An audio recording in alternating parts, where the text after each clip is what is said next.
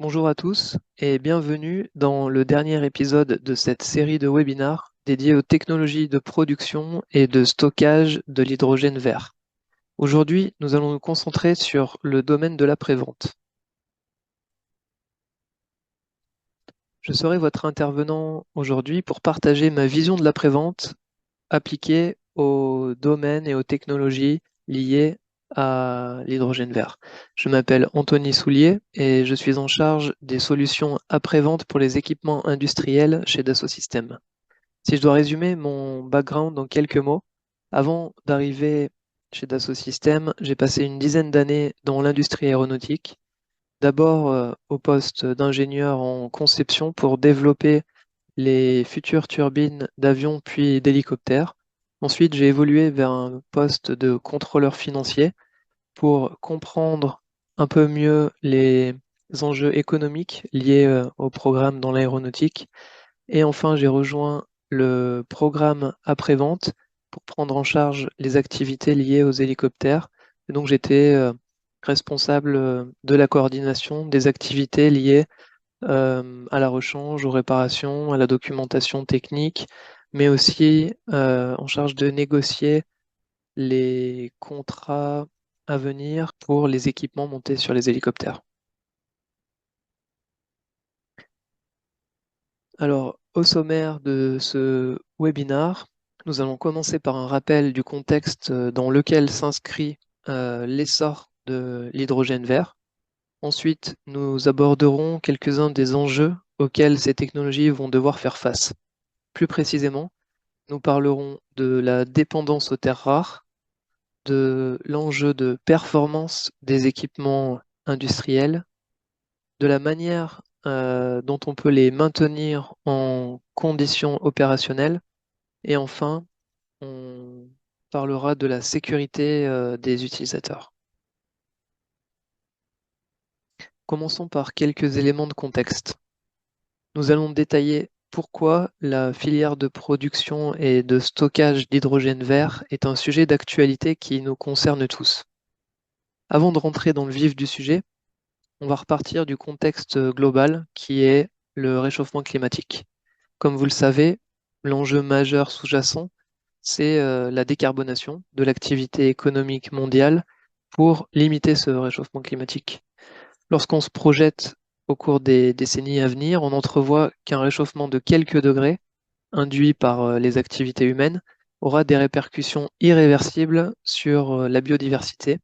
On voit aussi que il est probable que ce dérèglement climatique, dont nous sommes à l'origine, entraînera un désordre sur le plan géopolitique, forçant les populations à s'adapter à des conditions de vie moins propices et allant même jusqu'à obliger certains à l'exil climatique.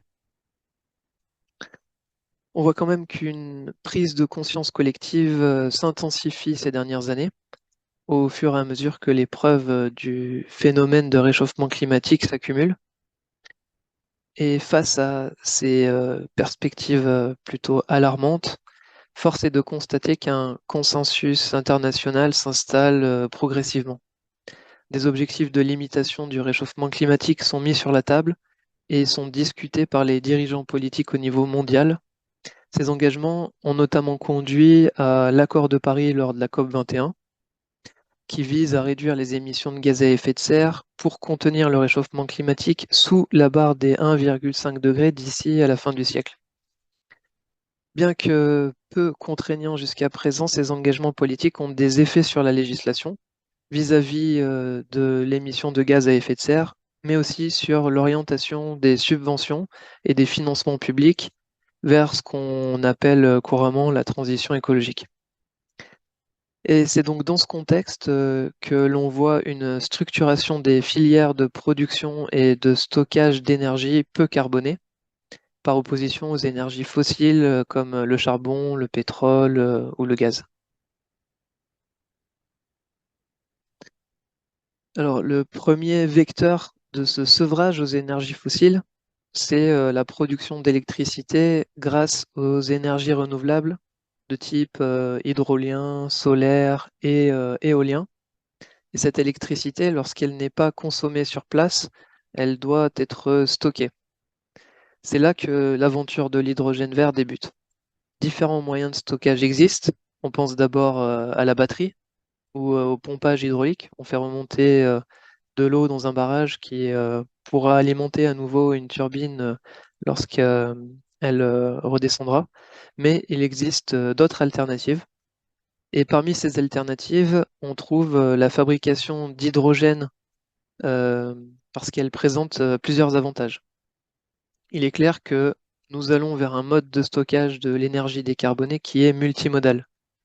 Alors pourquoi multimodal?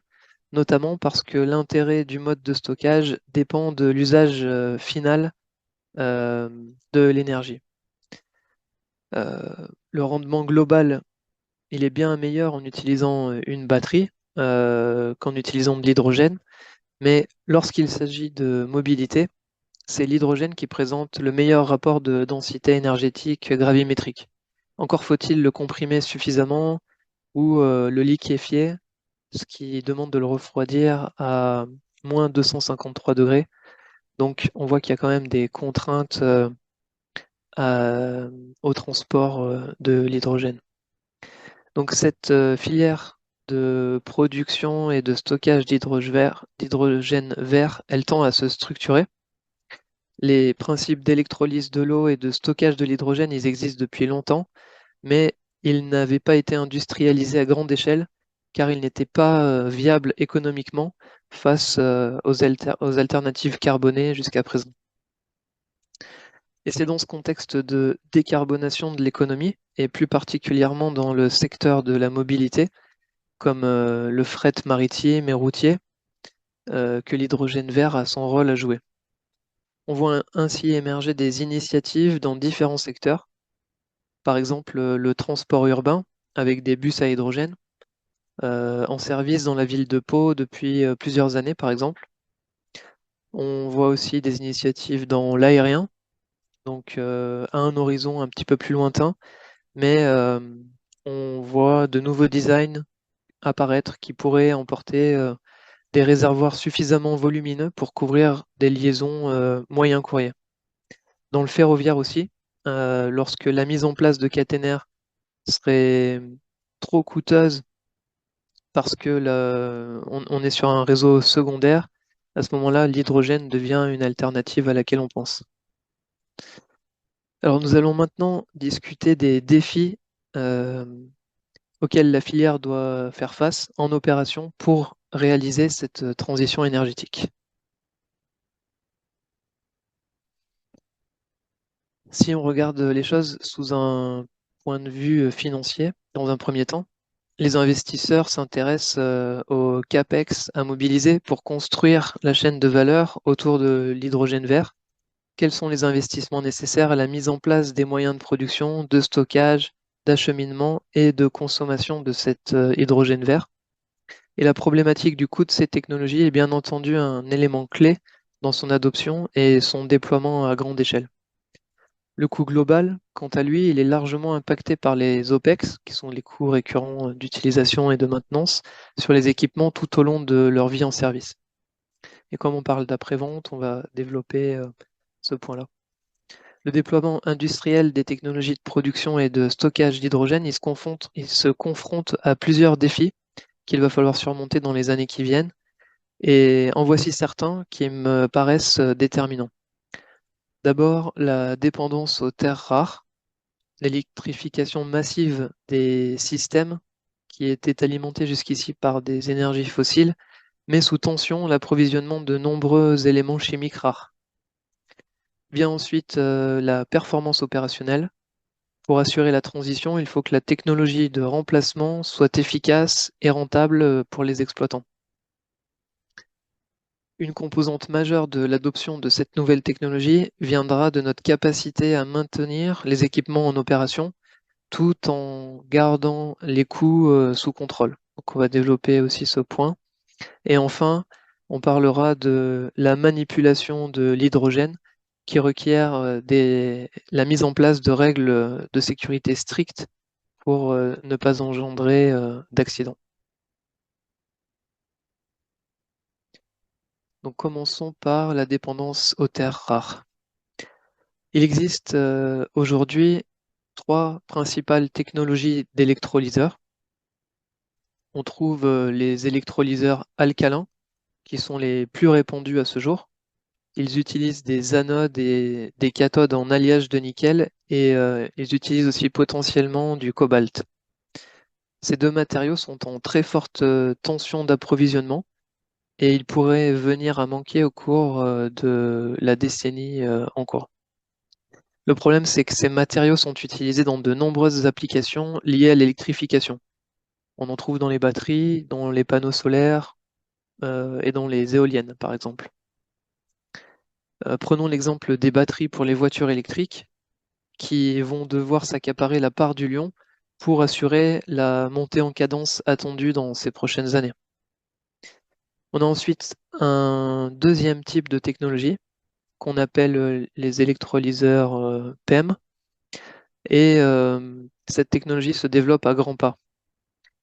Et elle fait appel notamment à du platine, qui est un matériau onéreux et déjà sous tension, car la demande est en augmentation alors que la production tend à stagner.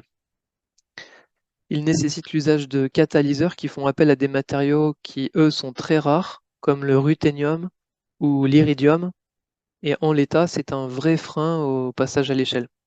Pour surmonter ce problème, des travaux de recherche sont en cours et ils visent à limiter l'utilisation de ces matériaux très rares et éventuellement d'essayer d'utiliser des substituts. Enfin, il existe une troisième catégorie qui s'appelle électrolyseur à haute température, qui elle aussi fait appel à du nickel. Alors dans ce contexte, la première réponse à la dépendance aux terres rares est celle qui consiste à limiter son exposition. Pour cela, il est nécessaire de rendre possible l'ingénierie simultanée entre les différentes parties prenantes que sont le bureau d'études, l'industrialisation et la maintenance. C'est le moyen d'optimiser la quantité de terres rares qui va être privilégiée. Donc en phase de conception, on a les ingénieurs du bureau d'études qui vont déterminer la quantité nécessaire au bon fonctionnement de l'équipement. En phase d'industrialisation, il va falloir décider des moyens de production et donc cela va impacter la quantité de matière utile par rapport à la quantité de matière brute. Par exemple, la quantité de copeaux pour une pièce usinée. En phase de conceptualisation de la maintenance, il va falloir décider quelles pièces sont remplaçables, lesquelles sont réparables et de quelle manière on va les réparer. Lorsqu'il s'agit de terres rares, on préférera sans doute réutiliser au maximum les pièces en contenant, même si pour cela, il faut passer du temps à les réparer pour restaurer leur potentiel de fonctionnement. Pour réaliser l'ingénierie simultanée entre le bureau d'études et la maintenance, nous avons développé une solution qui s'appelle Design for Service et qui permet de mettre à profit la continuité digitale entre le bureau d'études et les autres départements d'une entreprise.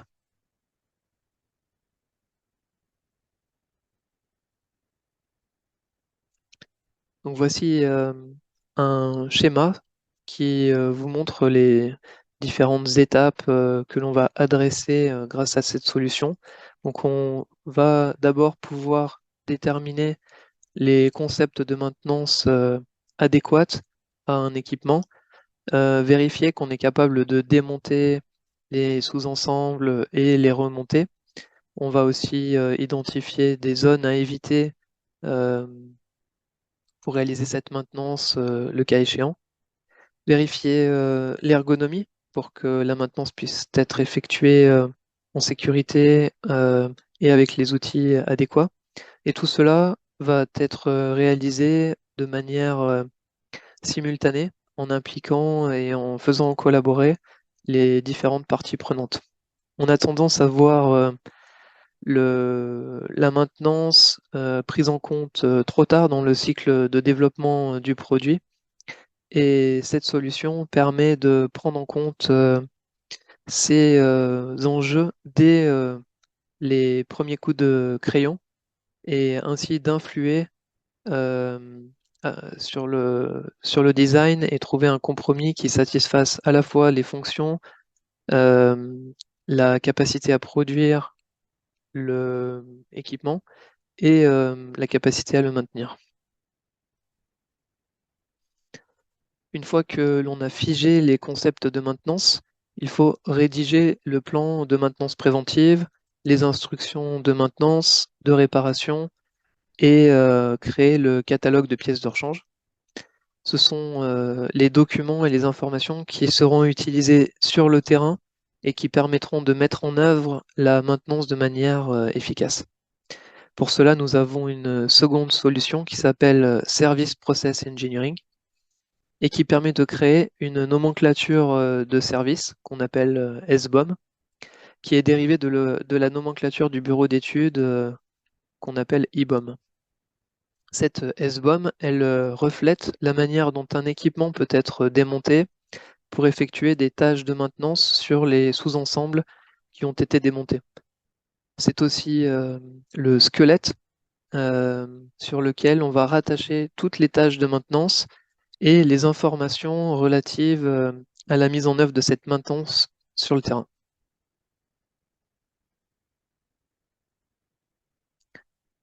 Donc nous allons voir une démonstration qui illustre ces propos.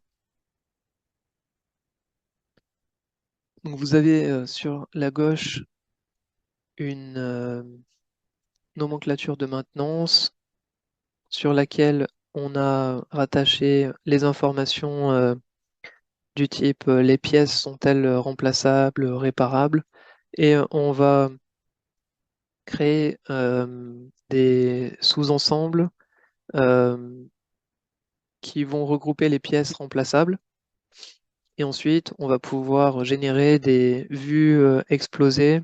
On va pouvoir pointer les pièces remplaçables en indiquant euh, grâce à un label euh, le numéro de la pièce en question et ainsi alimenter avec des images qui sont très précises et qui ne portent pas à confusion le catalogue de pièces de rechange.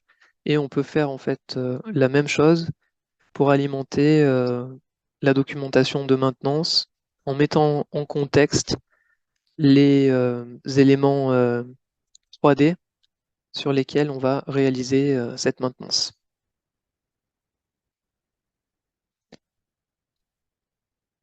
Donc, vous voyez différents rendus avec la capacité d'identifier le numéro de chaque pièce sur laquelle on pointe.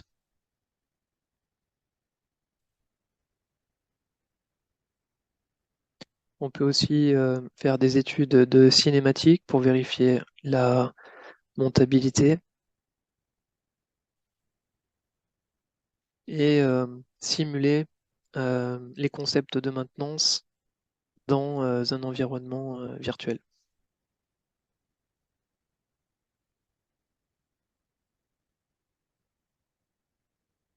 On passe maintenant à la planche sur la performance et le contrôle santé des équipements. Alors la performance des électrolyseurs, elle est indispensable lorsqu'on parle d'un usage industriel. Il faut que le système il soit à la fois fiable et performant.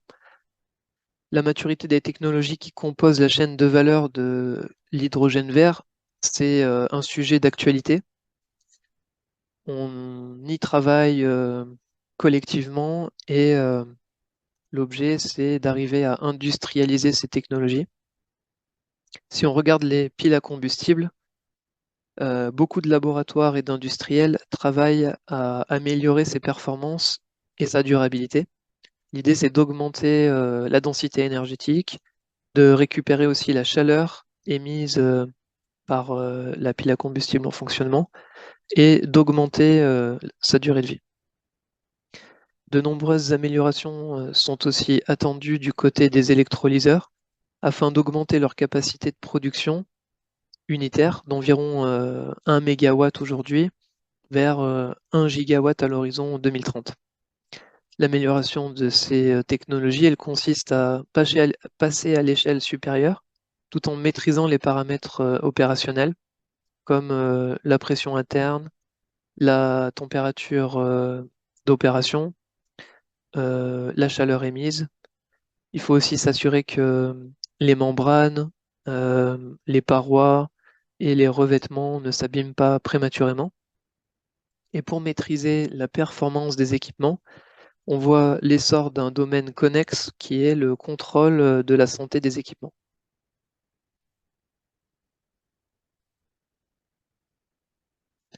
Alors, de nombreuses entreprises investissent massivement dans les technologies IIoT et Big Data afin de récupérer les données produites par leurs machines.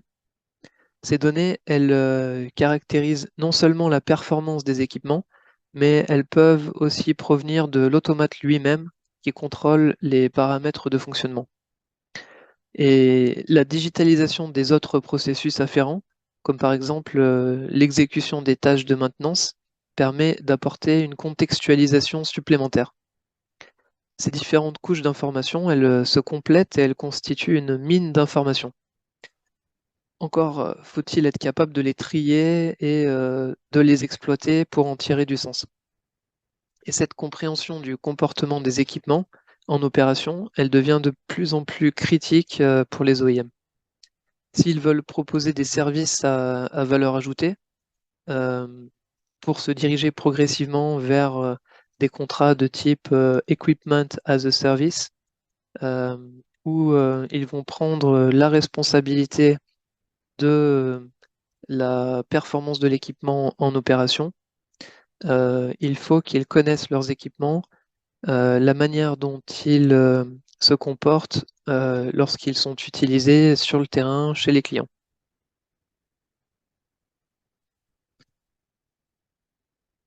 Donc voyons une démonstration euh, de suivi de santé d'un équipement. D'abord, on fait l'acquisition de données en masse euh, et ensuite on va créer des séries temporelles en allant piocher dans le data lake qui regroupe l'ensemble des données.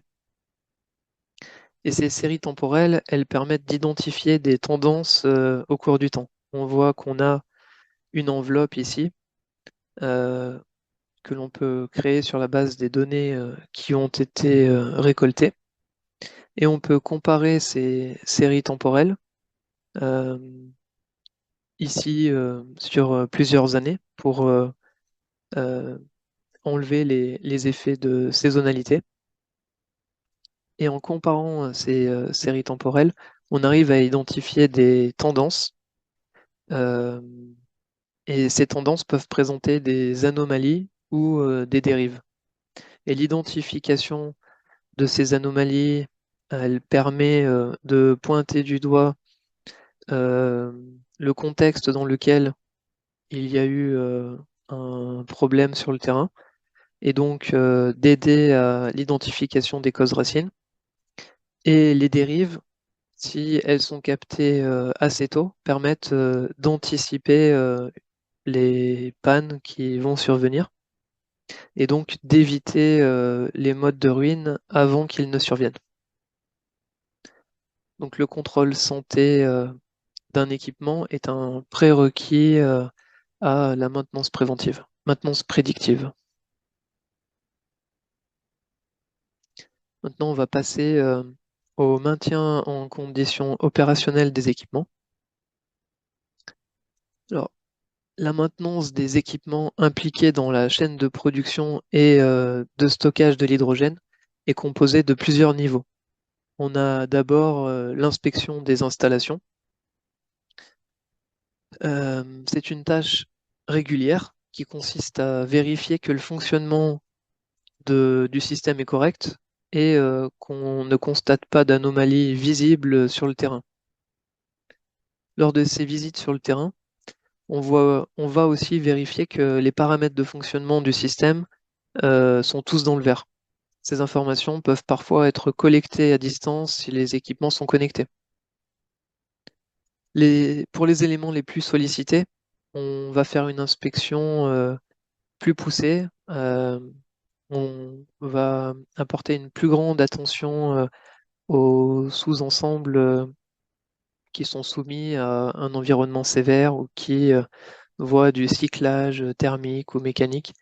Il s'agit par exemple dans le système auquel on a affaire ici des réservoirs qui sont sous pression. On va vérifier visuellement qu'ils conservent leur forme d'origine. On va aussi procéder à des contrôles dimensionnels réguliers. Euh, et donc, cela va conduire à des révisions périodiques où on va inspecter de manière dimensionnelle les éléments sous pression et puis aussi vérifier les valves et les systèmes de compression, par exemple. Et puis viennent enfin les tâches de réparation qui sont plus profondes. Donc, en l'occurrence, on parle du remplacement des membranes dégradées, la réparation de composants endommagés. Donc, ça peut être les revêtements, par exemple, des platines.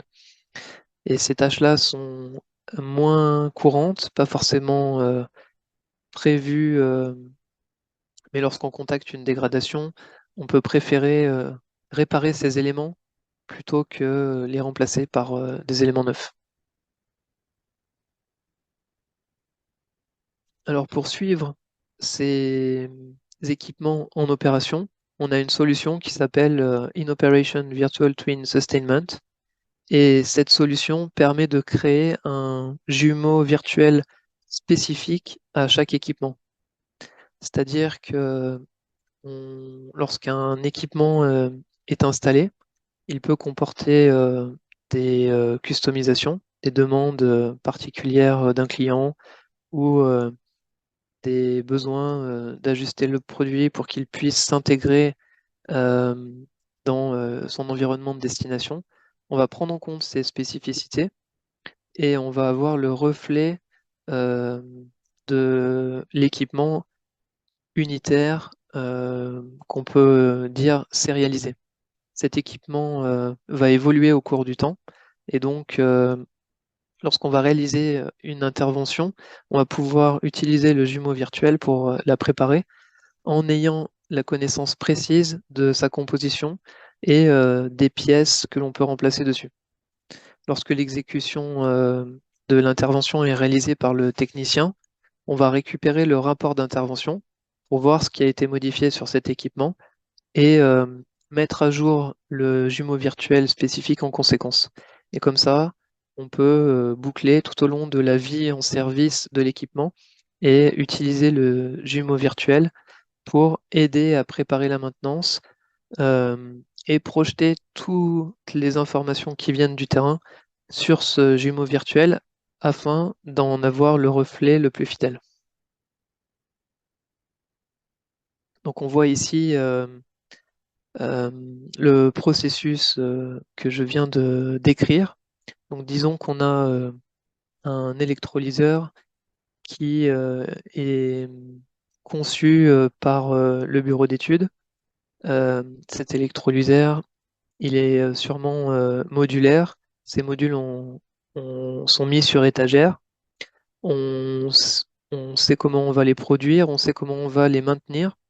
Et donc, on est capable d'avoir une nomenclature d'ingénierie, une nomenclature de service et d'y associer les instructions de maintenance, le catalogue de pièces de rechange.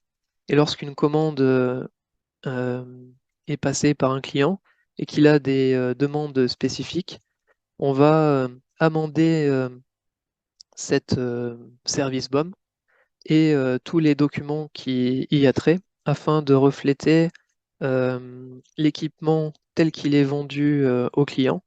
Et ça va se refléter aussi sur tous les documents qui sont liés à cette service BOM. L'équipement va fonctionner en service et après un certain temps, il y a des opérations sur le terrain qui vont être réalisées du type inspection, maintenance ou réparation et elles vont conduire à modifier l'équipement. Et donc, on va capter ces informations, plus d'autres informations via l'IIoT ou les données récoltées sur le terrain. Et on va venir les projeter sur le jumeau virtuel spécifique afin de garder le reflet de l'état réel du produit sur le terrain. On a une seconde solution qui permet cette fois d'avoir une vue d'ensemble sur une base installée. Donc l'idée ici, c'est de maximiser la performance des équipements en opération en ayant un cockpit qui rassemble des informations diverses sur la vie des équipements en opération. Donc on peut regrouper des données d'ingénierie, de production, euh, de service, les informations relatives à la qualité, aux réclamations clients. On va concaténer tout ça dans un cockpit et on va pouvoir suivre une base installée qui appartient soit à un client, soit relative à une gamme de produits et arriver à détecter les anomalies ou les interventions à venir et ainsi être le plus réactif possible. Donc voyons un scénario dans lequel on met en œuvre cette solution. On va débuter par la vue haute qui propose une carte sur laquelle on a localisé l'ensemble des équipements qui composent la base installée. On a des indicateurs clés au niveau de cette base installée, comme la performance, la disponibilité. Euh, Ensuite, dans notre scénario, on reçoit une réclamation d'un client concernant un équipement qui est en panne. Donc, la gestionnaire de base installée en prend connaissance et va transmettre la problématique au bureau d'études. Voyons ce qu'il en est à travers la vidéo.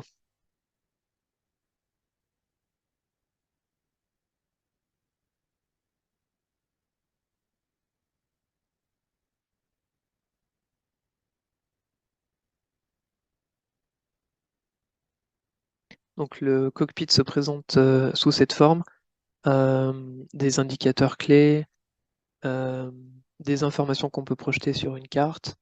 Et ici, et donc la gestionnaire de base installée reçoit une réclamation avec une description. Et donc, elle va chercher à savoir quelle est la machine concernée par cette problématique. Et elle peut soit accéder aux informations de cette machine directement via le numéro de série, ou alors filtrer par géographie, par client, par type de machine, et arriver à isoler la machine en question. Donc, une fois qu'on a repéré la machine, on peut ouvrir un nouvel onglet avec les propriétés de la machine, une vue en 3 dimensions, et puis avoir des informations diverses comme des données contractuelles, des données de performance, et aussi des données sur les interventions passées qui ont été réalisées sur cette machine. Ces interventions, elles sont localisées dans le modèle 3D. Et donc, on peut aller voir, en l'occurrence, sur quelle pièce porte la réclamation. On voit ici qu'il s'agit du moteur qui est tombé en panne. Et donc, on va pouvoir créer une demande d'analyse, voire de modification auprès du bureau d'études. Donc, l'ingénieur conception reçoit cette demande d'analyse. Il peut prendre connaissance du détail de la problématique. Euh, il a aussi tout l'historique de la machine. Et en fait, il va avoir la capacité d'accéder aux informations sur l'ensemble des machines similaires et identifier si ce problème est déjà apparu sur d'autres machines ou alors quelles sont les alternatives de produits qui pourraient être montées sur cette machine. Et donc, il identifie que ce moteur qui a été surutilisé, devrait être remplacé par une version plus puissante et il fait une analyse de redescente d'un moteur plus puissant appartenant à une gamme euh, d'électrolyseurs de plus grande puissance. Une fois qu'il a décidé de modifier l'ancien moteur par le nouveau, il crée une demande de modification dans laquelle on va venir rédiger la procédure qui consiste à remplacer l'ancien moteur par le nouveau. Donc on rend disponible dans les variantes le nouveau moteur. Et puis on va venir rédiger les instructions correspondantes.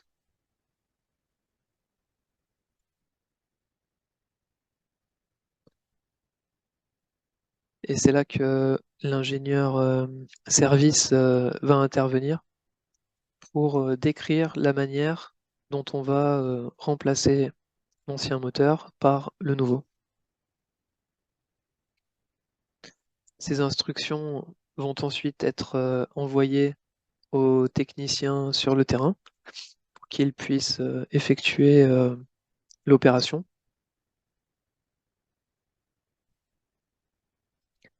Le technicien a un descriptif du problème, de la solution proposée et de la manière de la mettre en œuvre, ce qui va lui permettre de réaliser dans de bonnes conditions l'opération. Et une fois que le moteur a été remplacé, le rapport d'intervention est analysé par la gestionnaire de base installée et elle peut valider l'implémentation du nouveau moteur, ce qui va être reflété sur le jumeau numérique spécifique de cette machine en opération.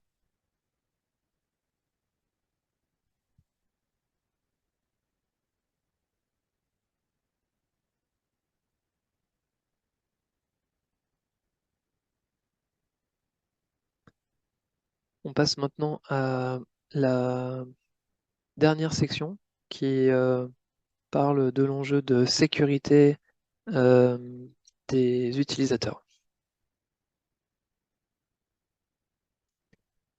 Alors, si on parle du rendement global de la chaîne hydrogène appliquée à la mobilité, elle se situe dans une fourchette de 20 à 30% selon les applications, en prenant en compte l'électrolyse de l'eau, la chaîne logistique et la pile à combustible. Et on peut se dire que l'usage de la batterie, elle améliorerait significativement ce rendement, mais en fait, la batterie a l'inconvénient d'être lourde et coûteuse. Et c'est pourquoi l'hydrogène, il joue dans cette chaîne un rôle de vecteur d'énergie. Alors on parle de vecteur d'énergie parce qu'il est convertible. On passe de l'électricité à l'hydrogène, puis de l'hydrogène à l'électricité pour alimenter un moteur électrique. Et cet hydrogène, il est aussi transportable.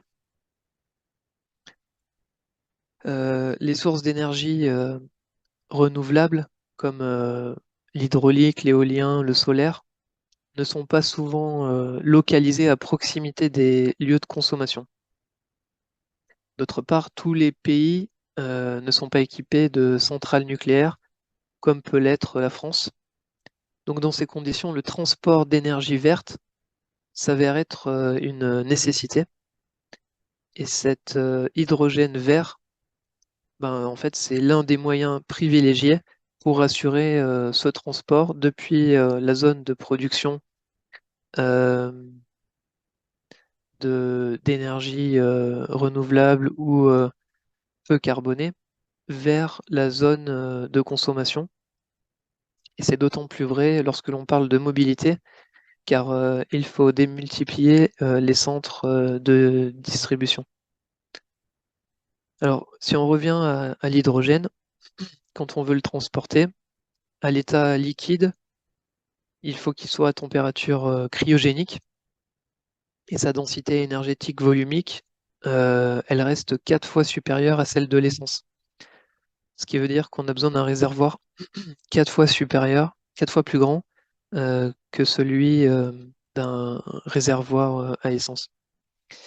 Et en plus, cet hydrogène, il est hautement inflammable. Donc on voit que euh, transporter de l'hydrogène amène à de nouvelles contraintes par rapport aux énergies fossiles classiques.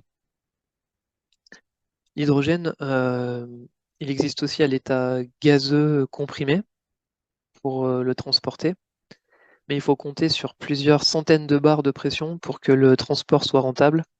Donc c'est à la fois coûteux de comprimer cet hydrogène et potentiellement dangereux en cas d'accident lors du transport. Et enfin, il peut aussi être transformé chimiquement, cet hydrogène, pour le transporter de manière plus sécurisée. Donc on imagine plusieurs formes pour cela. Euh, il existe le LOHC, mais on pourrait aussi transformer l'hydrogène en ammoniac ou en méthanol en utilisant du CO2, afin d'utiliser des moyens, dans ce cas-là, conventionnels pour transporter l'hydrogène, comme si c'était un carburant fossile. On voit donc que l'hydrogène, il doit être transporté de manière encadrée et que cet encadrement, il doit être fait via une réglementation qui repose sur des processus qualité fiables et qui sont respectés à la lettre, parce que les conséquences euh, peuvent porter à préjudice. Alors pour gérer ce référentiel qualité de manière rigoureuse, on a une solution qui s'appelle Field Quality Intelligence et elle permet de prendre en compte les problèmes qui arrivent sur le terrain et d'éviter d'en faire des problèmes récurrents. Le but, c'est d'améliorer la satisfaction client, de réduire les coûts de qualité et puis d'avoir un référentiel qualité qui soit euh, respecté de manière rigoureuse. Donc ça commence par l'identification d'un problème en opération et la mise en place d'un processus de résolution strict en identifiant les parties prenantes et en ayant des outils adéquats qui vont passer par la recherche d'analyse, par la recherche des causes racines, puis leur analyse pour aboutir à des actions correctives et éventuellement préventives qui concernent l'équipement en question sur lequel on a un problème, mais qui peut aussi s'étendre aux équipements similaires en opération, voire aux équipements qui sont en production ou qui seront produits à l'avenir. On va prendre en compte le retour d'expérience sur le terrain pour limiter l'apparition de problèmes similaires sur l'ensemble des équipements.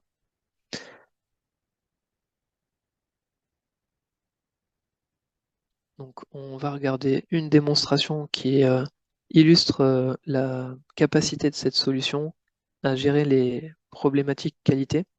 On repart d'un cockpit avec une base installée, mais cette fois-ci, ce cockpit il est spécialisé sur les données de qualité et la mise en place d'un processus adéquat. Donc, on voit qu'on va tracer les réclamations clients, les problématiques euh, et puis les interventions sur le terrain. On va pouvoir accéder à l'historique de ces interventions, de ces réclamations, et puis via une matrice de Mac, identifier où est-ce qu'on a statistiquement euh, le plus de problèmes. Est-ce qu'on a des maillons faibles d'un point de vue de la conception, ou alors est-ce qu'il y a des situations particulières qui conduisent à générer des incidents? En fait, on va pouvoir révéler des euh, problématiques euh, afin de mieux les traiter. Et une fois qu'on a analysé les causes racines, on va mettre en place un processus de résolution rigoureux.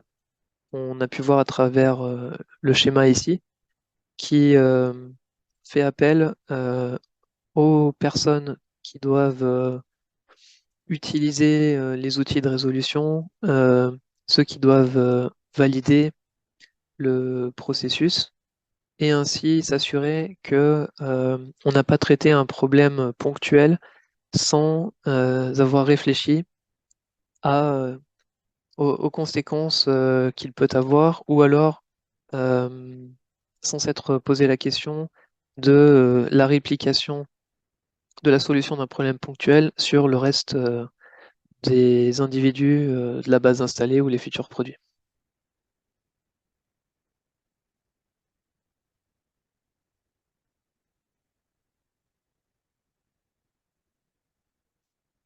Et on arrive maintenant à la conclusion de cet épisode sur l'après-vente de, des systèmes d'hydrogène vert.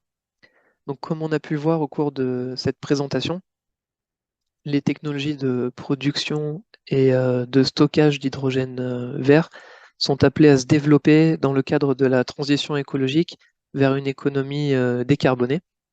Et pour réussir cette transformation, il va falloir assurer une montée en cadence rapide pour répondre à la demande qui est en plein essor. Et dans le même temps, ces technologies doivent être améliorées afin d'être moins consommatrices de terres rares. Elles doivent être exploitées de manière industrielle tout en garantissant un haut niveau de performance, de disponibilité et de sécurité. Pour surmonter ces défis, le jumeau numérique peut jouer un rôle qui est déterminant. C'est le cas dès la phase de conception pour définir les concepts de maintenance adéquats. C'est aussi le cas tout au long de la vie en service, comme on a pu en discuter au cours de ce webinaire.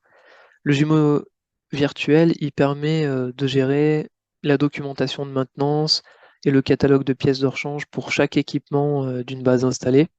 Il permet également d'appréhender le comportement des équipements en opération et ainsi d'anticiper les tâches de maintenance à effectuer sur le terrain. Et l'analyse des données et des interventions qui ont eu lieu sur le terrain, elle permet de mettre sous contrôle le processus qualité.